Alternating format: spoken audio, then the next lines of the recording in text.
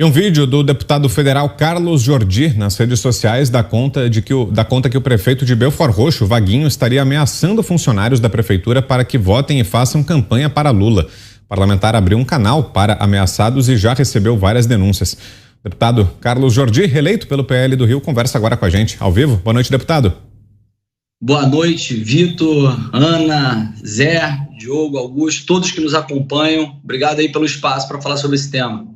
Queria que o senhor detalhasse para a gente, deputado, que informação é essa, como é que chegou até o senhor? O senhor divulgou um vídeo nas redes sociais, mas para quem não acompanhou, o prefeito de Belford Roxo, Vaguinho, estaria pressionando os servidores a votarem em Lula, é isso? E o Lula está em Belford Roxo, inclusive, né? Junto com os aliados dele na cidade. E que denúncias foram essas que o senhor já recebeu até agora, desde que abriu esse canal? Pois é, para quem não conhece aqui, Belford Roxo é um município da Baixada Fluminense, um município populoso, e é um município, assim como toda a Baixada Fluminense, que é dominada por milícias, pelo tráfico. Lá é realmente na bala, o pessoal trata a coisa muito ferro e fogo. Então, assim, tem muita gente com medo de tudo que está acontecendo lá. Chegaram muitas denúncias para mim durante a campanha, no primeiro turno, muitas mesmo, pessoas falando que estavam sendo intimidadas pelo atual prefeito Vaguinho, para que fizessem campanha para a esposa do Vaguinho, que é a Daniela do Vaguinho, que inclusive foi a deputada federal mais votada, né? Ela foi a mais votada, teve mais da metade da sua votação só em Belford Roxo, e isso já era um motivo que estava dando aí ensejo para a investigação do Ministério Público Eleitoral de um suposto curral eleitoral, porque inclusive ela, a Daniela do Vaguinho, foi a mais votada com metade da sua votação, mais da metade da sua votação em Belford Roxo. E o estadual, que é o Márcio Canela, também teve essa mesma proporção de votos aí. E eu vi muita gente falando que ninguém podia fazer campanha lá. Eu, inclusive, não faço campanha muitas vezes na Baixada Fluminense, alguns municípios como Belford Roxo, que é muito perigoso. Eu evito fazer campanha, até porque me falaram que estava realmente difícil de fazer. Eles estavam expulsando as pessoas, estavam tratando com truculência quem fosse de fora, expulsando da cidade.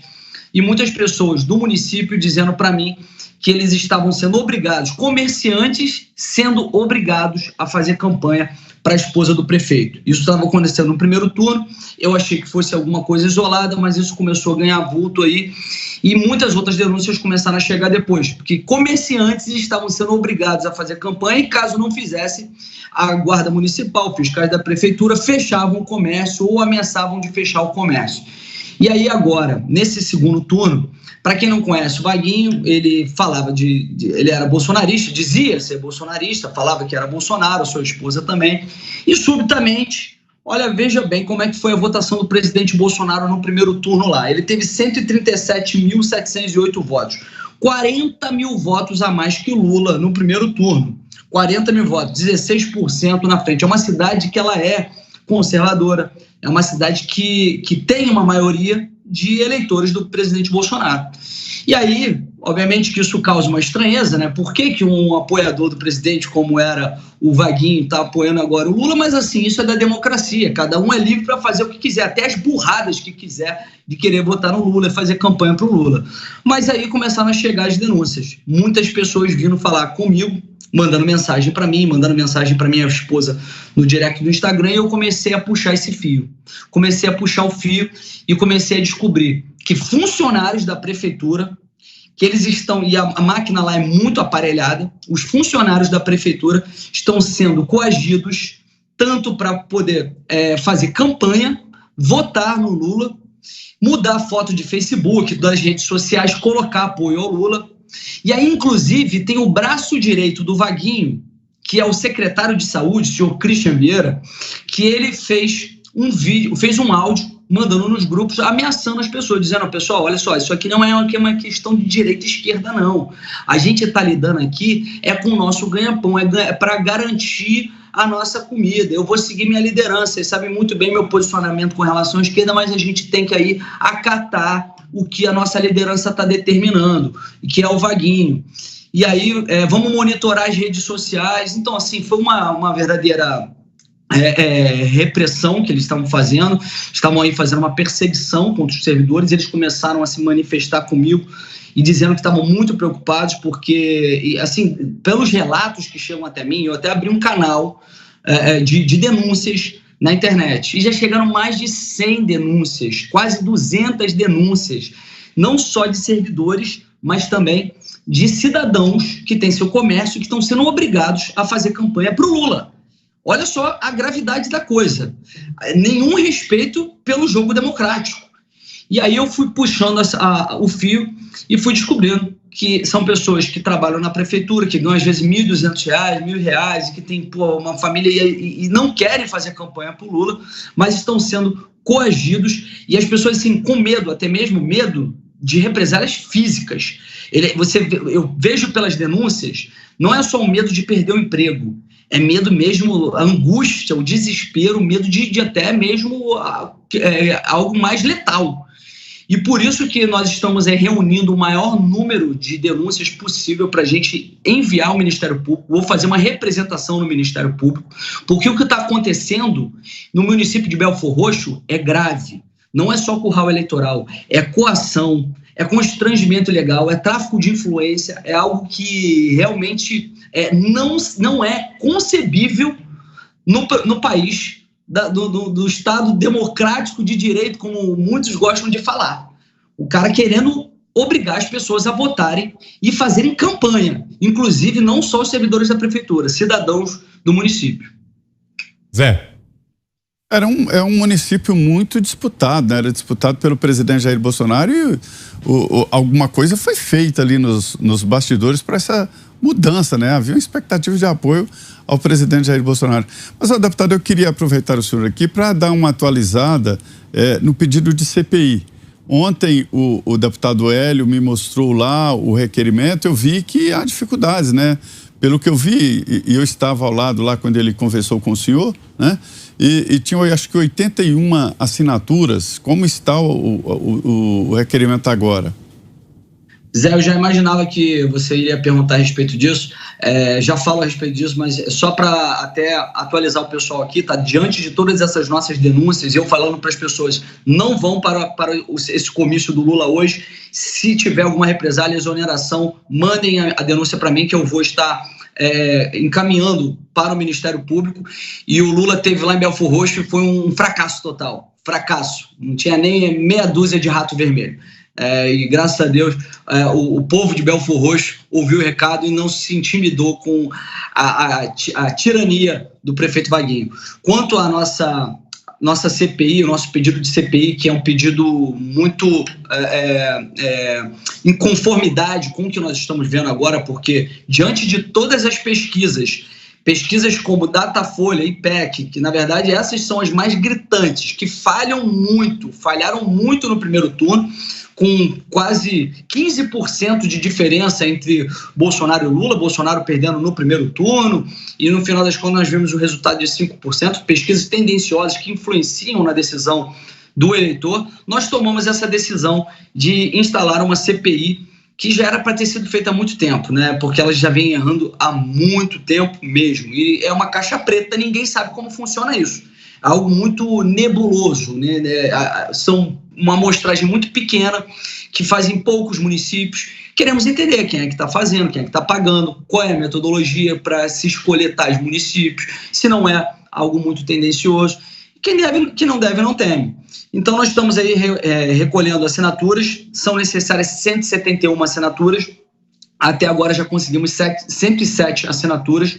Nós vamos conseguir essas assinaturas, só que parece que o pessoal da base do presidente Bolsonaro, e isso é uma crítica que eu faço aqui, é uma crítica construtiva, não entende a necessidade de instalarmos uma CPI de tamanha importância. Porque a esquerda, quando quer fazer uma CPI, no mesmo dia ela consegue as assinaturas. No mesmo dia todo mundo vai e assina aquela porcaria.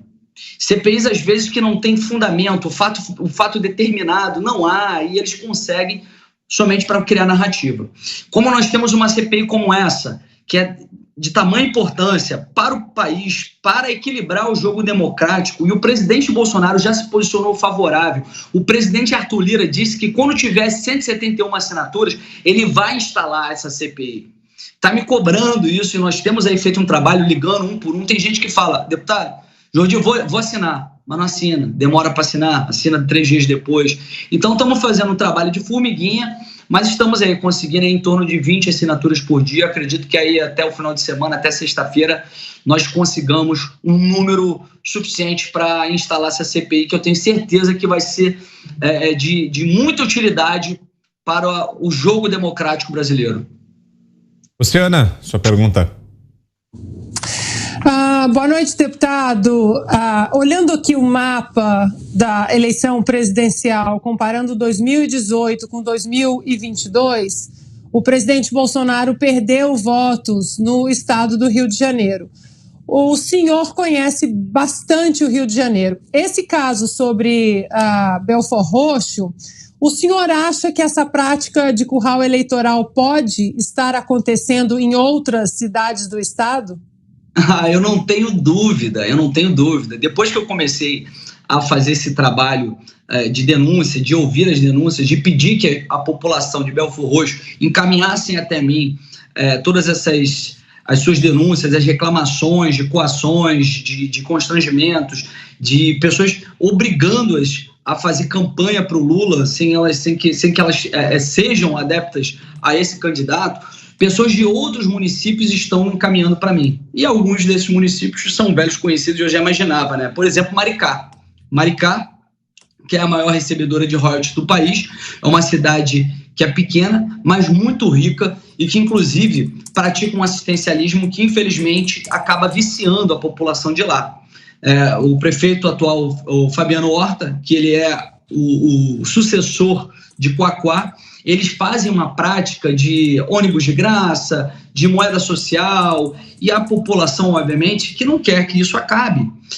E a população lá, olha que fato curioso, né? A população lá vota Bolsonaro, mas vota nesses que estão lá porque não querem perder esses benefícios. E não se deve fazer, não se deve julgar essas pessoas, porque muitos realmente são pessoas pobres, menos esclarecidas e acabam querendo esse tipo de facilidade. Mas a população lá em 2018 votou em Bolsonaro, ganhamos. No primeiro turno agora também, Bolsonaro ganhou, mas nós estamos recebendo diversas denúncias de que funcionários da prefeitura estão sendo coagidos também. Inclusive funcionários da prefeitura que o Quaquá atacou esses dias, dizendo que tem muito bolsonarista na prefeitura, que tem que mandar embora esses funcionários porque eles estavam votando no Bolsonaro.